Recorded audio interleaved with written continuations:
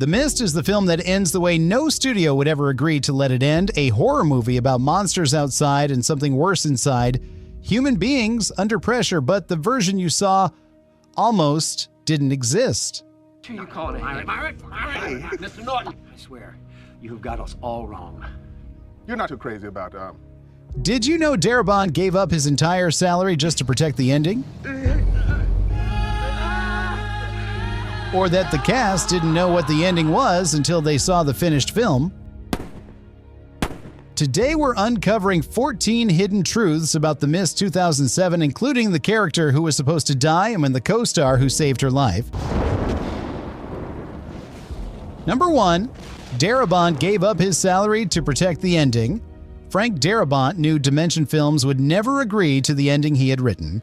A father shooting his own son in the back seat of a car, believing there is no hope, he is only to watch the military arrive seconds later. It was the most brutal possible conclusion to the story, and no studio in Hollywood was going to sign off on it without a fight. So Darabont made the fight impossible. He told Dimension he would make the film with their money on their terms, but only if they agreed in writing that the ending could not be changed under any circumstances. Their response was to offer him the deal. His response was to forfeit his director's salary entirely in exchange for that guarantee. He walked onto the set of The Mist having been paid nothing. The most controversial ending in modern horror history exists because Darabont decided it was worth more than his paycheck. Number 2. The ending. They tried to kill. The film ends with David shooting his son, his friends, and himself, only to hear the rumble of military vehicles seconds later as the mist begins to clear. Salvation arrived moments too late. It is one of the cruelest endings ever committed to film, and Dimension Films tried to stop it. Darabont had invented the ending entirely himself. King's original novella closes ambiguously, David and his son driving through the mist, possibly hearing the word Hartford on the radio, hope unresolved but not extinguished. Darabont took the darkest possible reading of that moment and weaponized it. Then Dimension pushed back. Their exact position was straightforward: change the ending or lose the budget increase needed to make the film. Darabont's response is now documented filmmaking legend. He told them directly, "If I were willing to change the ending, I'd be making this movie for over twice the budget you're talking about." The film cost under $20 million. At that price, Dimension had no leverage. The ending survived. Stephen King later said he wished he had written it himself. Number 3, Stephen King said anyone who reveals the ending should be hanged. Stephen King's reaction to Darabont's new ending was not complicated. He loved it. When he saw the finished film, he told Darabont directly that it was the most shocking ending he had ever seen. You talk about heavy. That was pretty heavy. He then went public with an opinion that became one of the more memorable quotes in Stephen King history. King said there should be a law, and he meant it seriously, stating that anyone who revealed the last 5 minutes of The Mist should be hung from their neck until dead. Not suspended, not fined, hung. King also acknowledged something more interesting than the hyperbole. He pointed out that the ending Darabont had written was actually drawn from his own novella, from a moment where the main character briefly considers the worst possible outcome. Darabont had taken King's darkest thought, the one King himself had decided to pull back from, and followed it all the way to its logical end. King said he wished he had done it himself. Number 4, Darabont had wanted to make this film since he first read the novella. In the early 1980s, Frank Darabont read The Mist.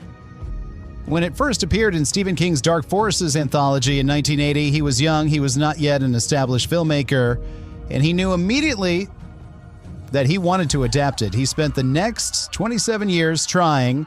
The delay wasn't disinterest. Other filmmakers and studios had tried to acquire the rights over the years. King protected the property for Darabont throughout. As Darabont explained, King had been saying for decades that anyone who inquired about The Mist got the same answer. Frank Darabont has the rights. Sorry, it was an act of loyalty from King to a filmmaker he trusted, sustained across most of Darabont's career.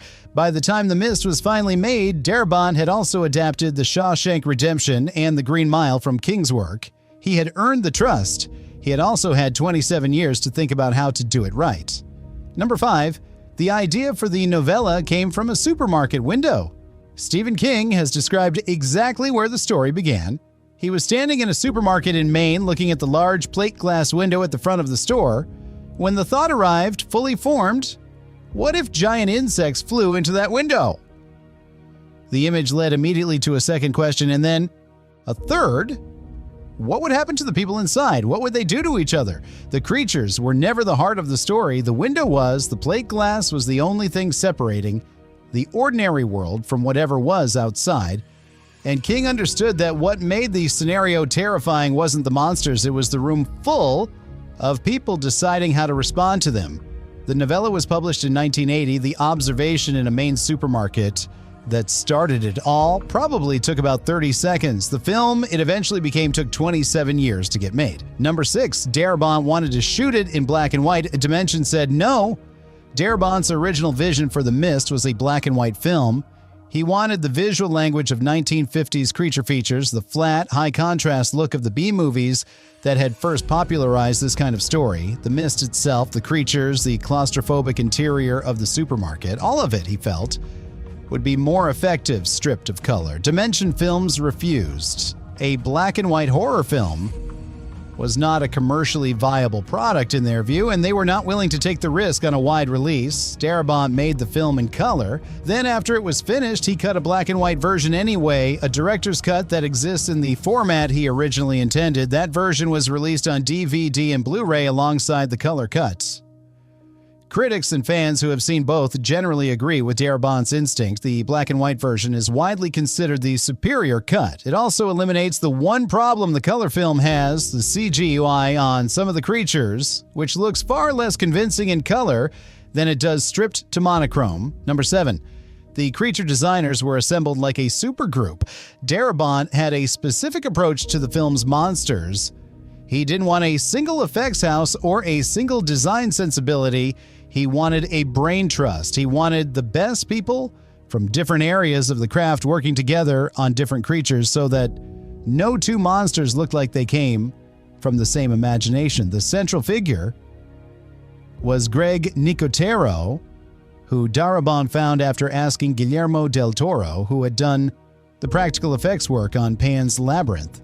Nicotero brought in Everett Burrell, and for conceptual design, Darabont went to Bernie Wrightson, the legendary horror artist who co-created Swamp Thing and whose detailed, nightmarish illustrations had defined the visual language of American horror comics for decades. Wrightson contributed multiple creature designs to the film.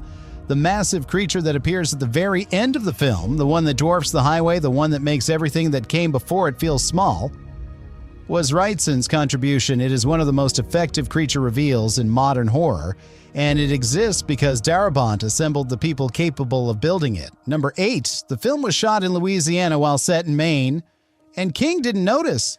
The entire production was based in Shreveport, Louisiana, shooting at Stageworks of Louisiana and on surrounding locations. The story, like virtually everything Stephen King has ever written, takes place in Maine.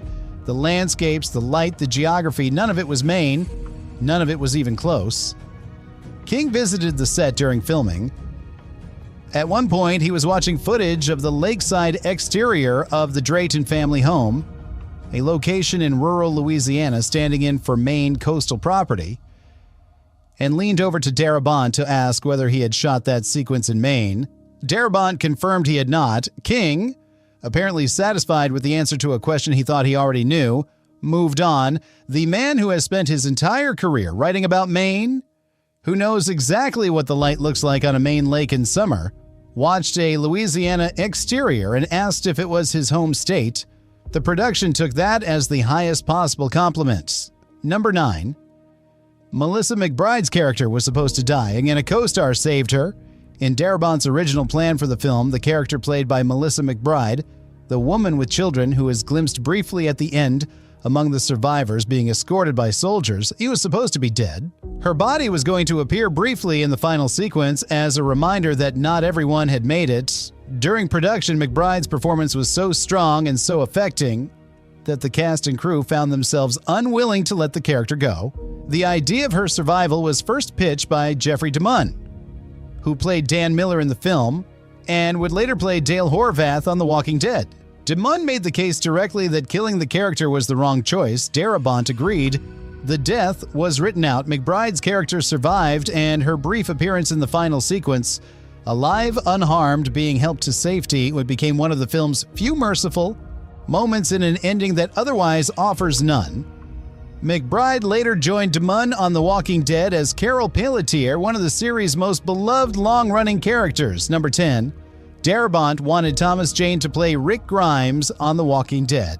The Mist was the last film Frank Darabont directed before he developed The Walking Dead for AMC. He brought the project to multiple networks, including NBC and HBO, both of which passed because of the show's violent content, and by the time AMC greenlit it, Darabont already knew who he wanted to play Rick Grimes. He wanted Thomas Jane. He had spent weeks watching Jane work under pressure on The Mist and knew the actor had exactly the quality Rick Grimes needed, the capacity to carry desperate, morally agonizing decisions without losing the audience's sympathy. The timing collapsed. AMC's green light came after Jane had already signed on to Hung, an HBO series that locked him out of Walking Dead's schedule. Darabont went to Andrew Lincoln instead. Lincoln played Rick Grimes for 9 seasons and defined the character completely. Thomas Jane, meanwhile, is the reason Lincoln ever got the role, because the first choice was already committed elsewhere. Number 11. 6 cast members from The Mist ended up on The Walking Dead.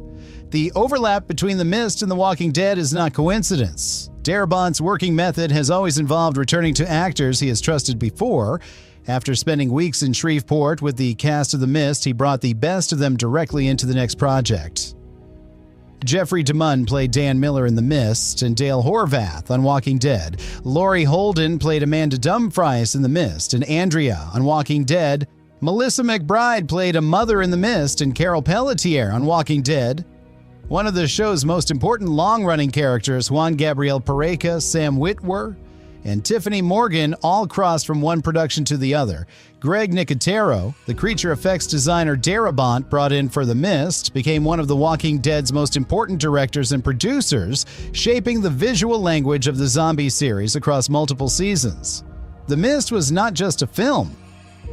It was an audition for the show that followed it. Number 12. The rotating bookshelf during the chaos scene is stocked entirely with Stephen King novels. During one of the film's action sequences inside the supermarket, a character runs into a rotating wire book display, the kind found in grocery stores and pharmacies across America. The collision sends the rack spinning. If you pause and look closely at what's on it, every single book on that display is written by Stephen King, every one. The rack is stocked floor to spindle with King paperbacks. It's not a trick of the lights or a single planted copy. The production team filled the entire display with King titles as a deliberate Easter egg for anyone paying close enough attention during a scene too chaotic to invite careful looking. It's the kind of joke that takes actual effort to execute. Someone had to source all those copies, someone had to stock the rack, and then the scene was designed to move fast enough that most audiences would never catch it on a first viewing. It rewards rewatching in a way that has nothing to do with monsters.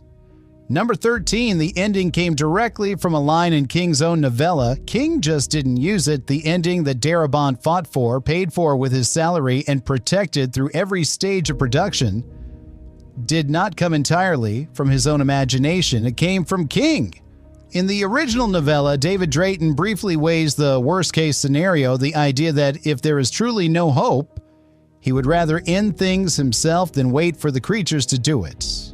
King's character considers it and moves past it. The novella ends ambiguously, with David driving into the mist with no certainty about what comes next. Darabont took that moment, the dark thought King's character had, and let go, and followed it all the way to its conclusion. When he read the idea back to King, explaining where he had found it, King said he hadn't realized the seed was there. He had planted the worst possible thought in his own story and walked away from it. Darabont went back and picked it up. The ending that haunts audiences wasn't invented, it was excavated. Fact 14. Bill Clinton watched the White House explode. From inside the White House, the Super Bowl ad for Independence Day aired in January 1996, 6 months before the film opened. It showed one image and nothing else, the White House being obliterated by an alien energy beam, no cast, no title card. just the most recognizable building in America reduced to a fireball. President Bill Clinton saw it. He was in the White House at the time. The ad generated more press coverage than almost any film advertisement in history up to that point. Phones at Fox were ringing before the game ended. The spot ran once and created a months-long conversation about what the film was going to be. Emmerich and Devlin had been nervous about showing the White House destruction so far in advance, worried it would feel like a spoiler or exhaust the audience's appetite for the moment. The Mist asked what people become when the rules disappear, and it never flinched from the answer. What's the moment that stayed with you? Drop it in the comments, and if this one hit, subscribe. There's a lot more in the films that weren't afraid to end the way they had to.